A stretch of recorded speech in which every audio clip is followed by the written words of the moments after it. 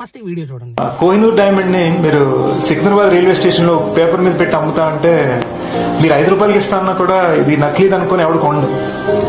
అదే కోహినూర్ డైమండ్ ని మీరు తనిష్ షోరూమ్ లో పెట్టి 2000 కోట్లు అంటే 2000 కోట్లేనా ఆలోచించే బిజినెస్ మెన్ ఉంటాడు. మారింది డైమండ్ కాదు, మారింది దానికి ఇచ్చిన ప్లాట్ఫామ్. అదనమాట మనకి ప్లాట్ఫామ్ మ్యాటర్స్. రోడ్డు మీద పెడితేనేమో చీప్ స్టాక్, కల్తీ స్టాక్. అదే రెస్టారెంట్లో పెడితేనేమో మంచి స్టాక్. మాల్స్లో ఇలానే అమ్ముడు పోని శాంపిల్స్ కింద పెడతారు, శాంపిల్స్ కింద పెట్టి అమ్ముతారు. వాళ్ళు అమ్మేది కూడా ఏం లేదు, ఆ శాంపిల్స్ నచ్చితే ఎవడని తీసుకుంటాడని. ఎవడు తీసుకోడు సావాడు, శాంపిల్స్ తింటారు అందరు. రిపీటెడ్గా ఎన్నిసార్లు వచ్చినా కూడా శాంపిల్స్ పెడతానే ఉంటారు.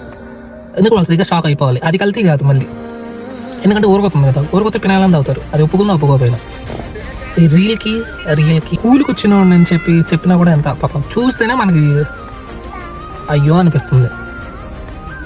అట్లాంటిది మన గురించి తెలిసిందాక బలహీనుడు అవడం దొరికాడంటే చాలు బలిపోసం చేస్తా. అదే బలవంతుడు నాకు ఆ డిగ్రీ పోవడానికి కూడా ఆలోచిస్తారు.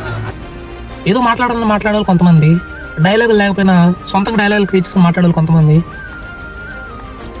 ఇప్పుడు వచ్చేసరికి చెట్టుకు కట్టేస్తాం, స్తంభాన్ని కట్టేసుకుంటాం.